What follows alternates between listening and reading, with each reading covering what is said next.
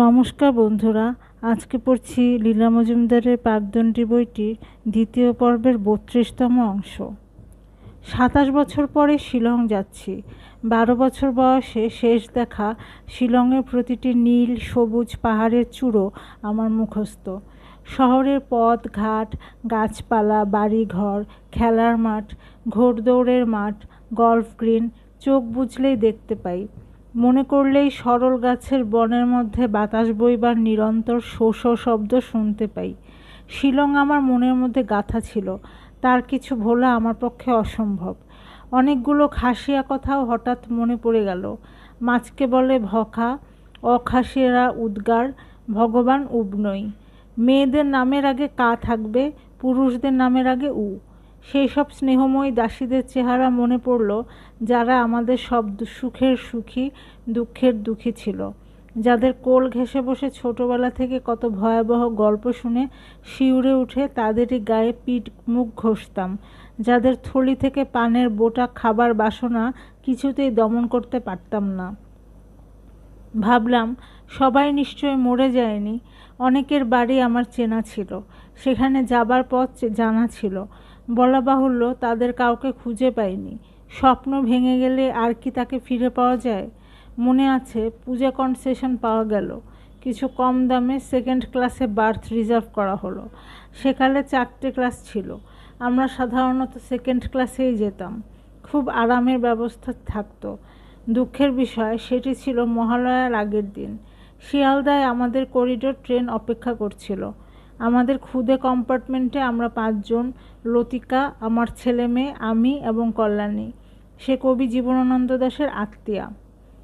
ভেবেছিলাম বেশ আরামেই যাওয়া যাবে।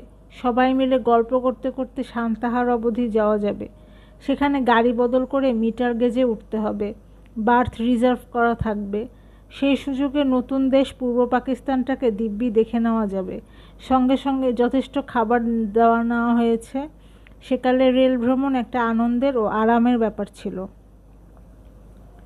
শিয়ালদায় গাড়ি ছাড়বার আগেই স্বাধীনতার প্রথম আস্বাদটুকু মুখে লাগলো।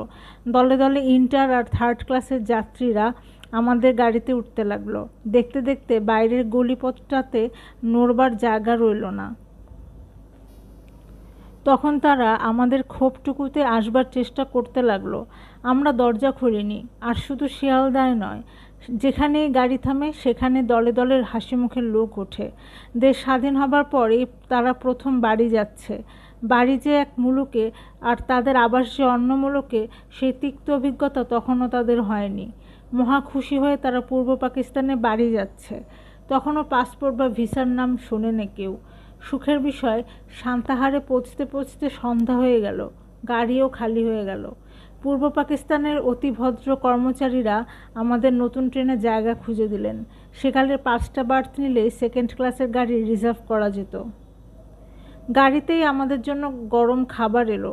সেকালে রেলের রেস্তোরাঁর খাবারের মতো সস্তা ও সুস্বাদু খাবার অন্য কোথাও পাওয়া যেত না।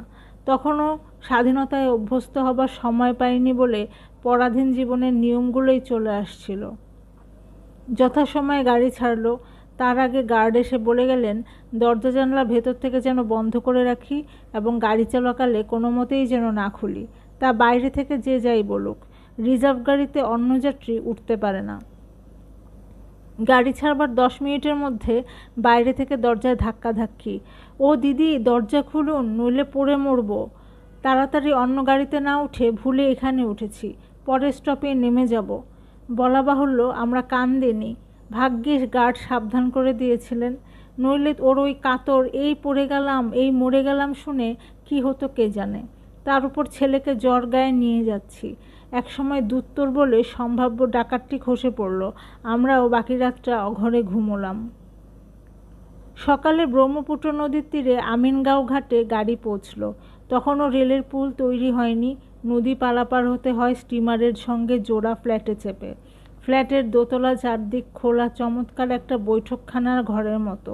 খাবার ঘর, ছোট ছোট কেবিন, গোসলখানাও ছিল।